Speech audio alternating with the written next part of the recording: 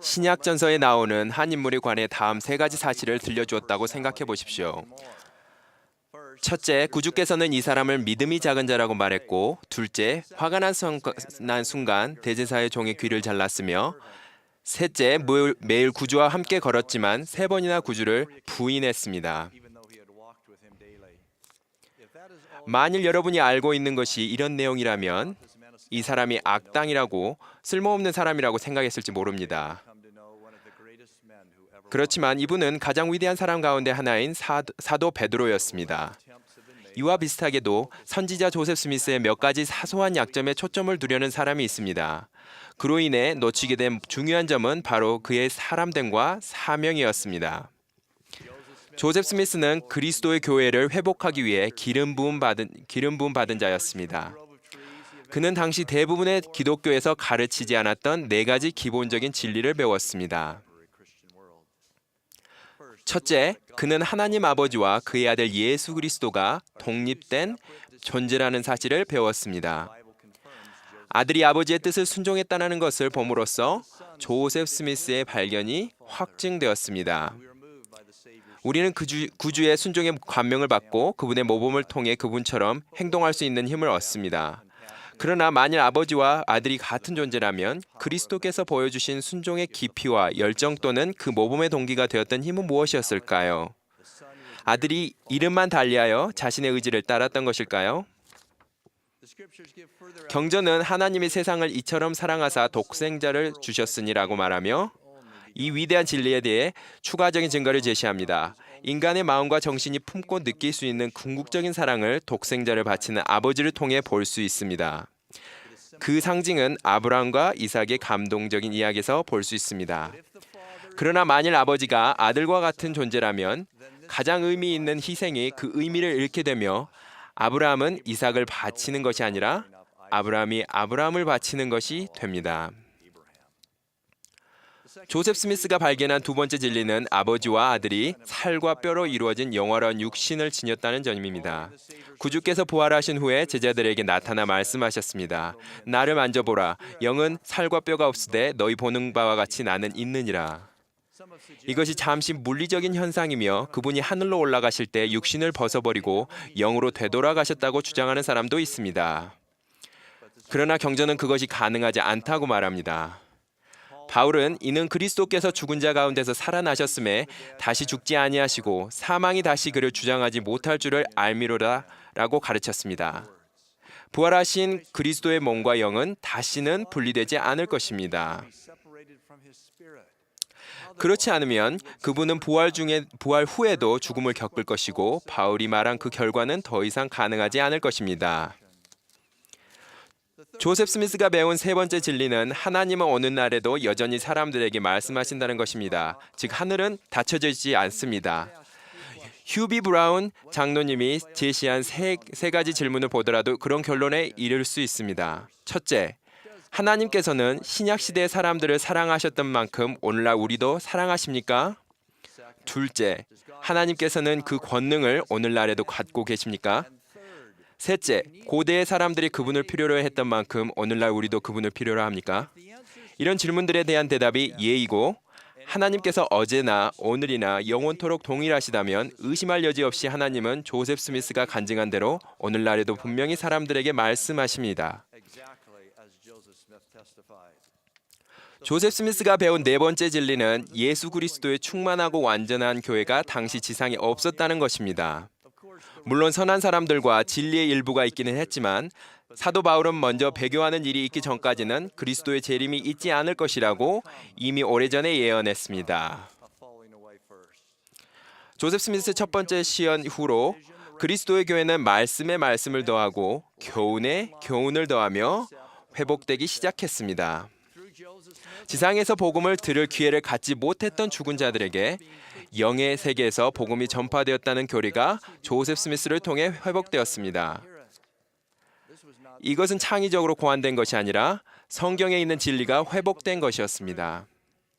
베드로는 이를 위하여 죽은 자들에게 복음이 전파되었으니 이는 육체로는 사람으로 심판을 받으나 영으로는 하나님을 따라 살게 하려 함이라 라고 오래전에 가르쳤습니다.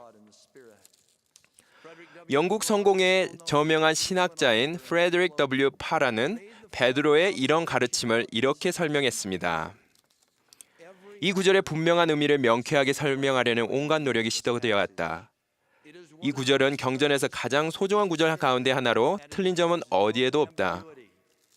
언어에는 의미가 있기 마련인데 이 표현은 그리스도의 영이 낮은 세상으로 내려가셨을 때 그분이 과거에 뉘우치지 않고 죽은 자들에게 구원의 메시지를 선포하셨다는 의미이다. 많은 사람들이 하늘과 지옥이 각각 하나라고 가르칩니다. 조셉 스미스는 여러 하늘이 있다는 진리를 회복했습니다. 바울은 셋째 하늘로 이끌려갔던 사람에 관해 말했습니다. 만일 둘째 하늘이나 첫째 하늘이 없었다면 어찌 셋째 하늘이 있을 수 있겠습니까? 여러 면에서 예수 그리스도의 복음은 1000개의 조각의 그림 퍼즐과 비슷합니다. 조셉 스미스가 퍼즐을 보았을 때는 아마 100여 개의 조각이 제자리에 있었을 것입니다. 그때 조셉 스미스가 와서 다른 900개 조각의 많은 부분들을 제자리에 맞추어 말했습니다. 아, 이제는 내가 어디서 왔는지, 왜 이곳에 있는지, 어디로 갈 것인지 이해가 됩니다. 회복에서 조셉 스미스의 역할에 대해 주님께서는 이 세대는 너를 통하여 나의 말을 가지게 되리라고 말씀하셨습니다.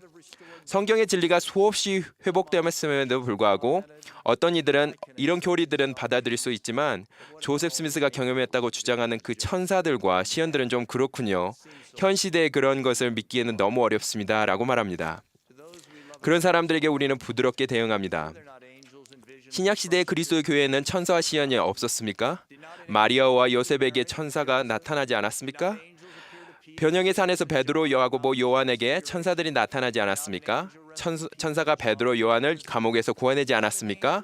천사가 고넬료에게, 난파선에 있던 바울에게, 그리고 반모섬에 있던 요한에게 나타나지 않았습니까? 복음이 이방인들에게 전해지는 시연을 베드로가 보지 않았습니까? 이런 모든 시연들을 스데반은 아버지와 아들에 관한 시연을 보지 않았습니까? 그렇습니다. 조셉 스미스는 천사와 시연을 보았습니다. 그는 처음과 같은 교회, 즉 모든 교리뿐 아니라 모든 권능을 갖고 있던 예수 그리스도의 교회를 회복하기 위한 하나님의 도구였기 때문입니다. 하지만 애석하게도 조셉 스미스가 회복한 소중한 복음 진리를 스스로 거부하려는 사람들이 종종 있었습니다. 그 이유는 그들은 자신들의 승형에 별로 중요하지 않는 몇몇 역사적 문제들이나 과학적 가설들로 주의를 돌리면서 자신들의 영적인 장자의 명분을 팥죽 한 그릇에 팔았기 때문입니다. 그들은 회복의 절대적인 확실성을 의심하였고 그 과정에서 그들이 알지 못하는 몇 가지 때문에 그들이 알고 있는 많은 것들에 대한 신앙을 잃는 함정에 빠졌습니다. 신앙이 필요하고 우리 마음이 제한되어 있는 한 어찌 보면 지적인 위기는 언제든지 다가올 수 있습니다. 마찬가지로 우리가 기댈 확실한 회복의 교리들이 항상 있어서 우리가 간증을 쌓아갈 반석을 제공할 것입니다.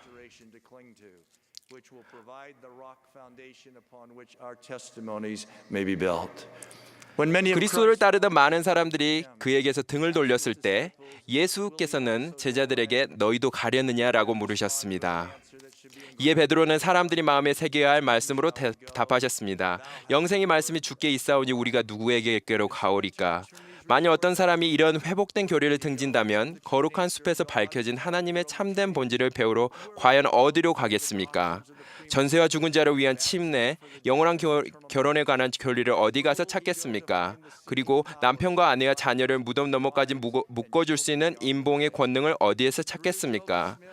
구원과 승형을 위해 필요한 모든 권능과 열쇠, 가르침과 의식이 조셉 스미스를 통해 회복되었습니다.